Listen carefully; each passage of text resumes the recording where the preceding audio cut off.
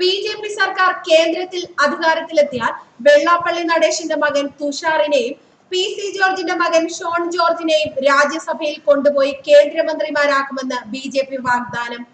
അൽഫോൺസ് കണ്ണന്താനത്തെ പത്തനംതിട്ടയിൽ നിന്നും ലോക്സഭയിലേക്ക് മത്സരിപ്പിക്കാനും അതിന് പൂഞ്ഞാർ എം.എൽ.എ പി.സി. ജോർജിന്റെ സഹകരണം ഉറപ്പാക്കാനും ബി.ജെ.പി ശ്രമം തുടങ്ങി. കാഞ്ഞിരപ്പള്ളി ബിഷപ്പ് മാത്യു അറക്കലിന്റെ സഹായം ഇക്കാര്യത്തിൽ ബി.ജെ.പി ഉറപ്പിച്ചു കഴിഞ്ഞു. മറ്റൊരു ബി.ജെ.പി ഗതികിട്ടാപ്രേതമായ പി.സി. തോമസ് ഇപ്പോഴത്തെ അവസ്ഥയിൽ കളത്തിന് പുറത്താണ്. തുഷാറിനെ മന്ത്രിയാക്കാൻ നേരത്തെ ധാരണയായിരുന്നു. എന്നാൽ അൽഫോൺസ് ആണ് മന്ത്രിയായത്. ഇതിൽ തുഷാറും വെള്ളാപ്പള്ളിയും ബി.ജെ.പിയുടെ കേന്ദ്ര നേതൃത്വവുമായി ഉടക്കിയപ്പോഴാണ് തുഷാറിനെ എൻ.ഡി.എ ഉപാധ്യക്ഷനാക്കിയത്. എന്നാൽ കേരളത്തിൽ ഒന്നുമല്ലാത്ത എൻ.ഡി.എയിൽ വൈസ് ചെയർമാൻ ആയിരുന്നിട്ട് കാര്യമില്ലെന്ന് തുഷാർ അമിത്ഷായെ അറിയിച്ചു. അതിനെ തുടർന്ന് തുഷാറിന്റെ ശുപാർശ കത്തുകൾക്ക് ബി.ജെ.പി കേന്ദ്ര ആസ്ഥാനത്ത് പ്രത്യേക പരിഗണന നൽകാൻ തീരുമാനമായി. അതിൽ തുഷാറിന് സമാധാനമുണ്ട്.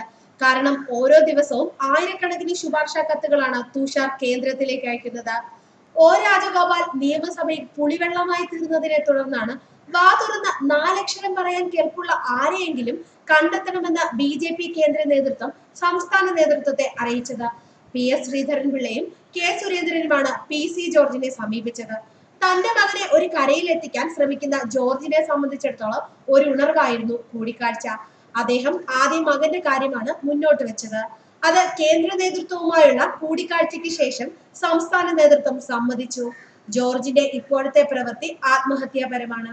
മുസ്ലിം സമുദായത്തിന്റേതുൾപ്പെടെയുള്ള വോട്ട് വാങ്ങി ജയിച്ച ജോർജ് ബി.ജെ.പിയിൽ പോയത് അവരെ ഞെട്ടിച്ചു. ജോർജിനെതിരെ വ്യാപകമായി പോസ്റ്റർ പ്രചാരണം മണ്ഡലത്തിൽ നടക്കുന്നുണ്ട്. ജോർജ് വിമതരെ ഒപ്പം നിർത്താൻ ശ്രമിക്കുന്നുണ്ടെങ്കിലും അത് നടക്കുന്നില്ല. മുസ്ലിം സമുദായാംഗങ്ങൾക്ക് ബി.ജെ.പി എന്ന് കേട്ടാൽ ഹാലിളകും. എസ്.ഡി.പി.ഐ ഉൾപ്പെടെയുള്ളവരുടെ വോട്ടുകൾ വൻതോതിൽ ജോർജിന് ലഭിച്ചിട്ടുണ്ട്. ഇവർക്കെല്ലാം ജോർജ് പല സഹായങ്ങളും നൽകിയിട്ടുണ്ട്. ജോർജ് ഇവരെ സംബന്ധിച്ചിടത്തോളം വിശ്വസ്തൻ തന്നെയാണ്. രാവും പകലും വിശ്വസിക്കാവുന്ന ഒരാൾ. കാര്യങ്ങൾ ഇങ്ങനെയൊക്കെയാണെങ്കിലും ഷോൺ മന്ത്രിയായാൽ എല്ലാവരും തനിക്കൊപ്പം എത്തുമെന്ന് ജോർജ് വിശ്വസിക്കുന്നു. ഇനി ബി.ജെ.പി കേന്ദ്രത്തിൽ അധികാരത്തിലെത്തിയില്ലെങ്കിൽ ഉത്തമ സുഹൃത്തായ രമേശ് ചെന്നിത്തല വഴി യു.ഡി.എഫിലേക്ക് കളം മാറ്റാമെന്നും ഉദ്ദേശമുണ്ട്. ഇതിന് കെ.എം. മാണി മാത്രമാണ് തടസ്സം. ഇത്തരമൊരു തടസ്സം നല്ല വാക്ക് പറഞ്ഞ് നേരിടാമെന്നും ജോർജ് കരുതുന്നു. അതേസമയം ഷോണിനെ കോട്ടയത്ത് നിന്നും എൻ.ഡി.എ മത്സരിപ്പിക്കും. തോൽക്കുമെന്ന കാര്യം ഉറപ്പായതിനാലാണ് രാജ്യസഭയിലേക്ക് നോട്ടമിട്ടത്. അൽഫോൺസിന്റെ കാര്യത്തിൽ പക്ഷേ ബി.ജെ.പിക്ക് പ്രതീക്ഷയുണ്ട്. പൂഞ്ഞാർ മണ്ഡലം പത്തനംതിട്ട ലോക്സഭാ മണ്ഡലത്തിലാണ്. ജോർജിന്റെ സഹായം അൽഫോൺസിന് വിലപ്പെട്ടതായിരിക്കും. തുഷാർ ആലപ്പുഴയിൽ നിന്ന് മത്സരിക്കാനും സാധ്യതയുണ്ട്. ന്യൂസ് ഡെസ്ക് മലയാളി വാർത്ത.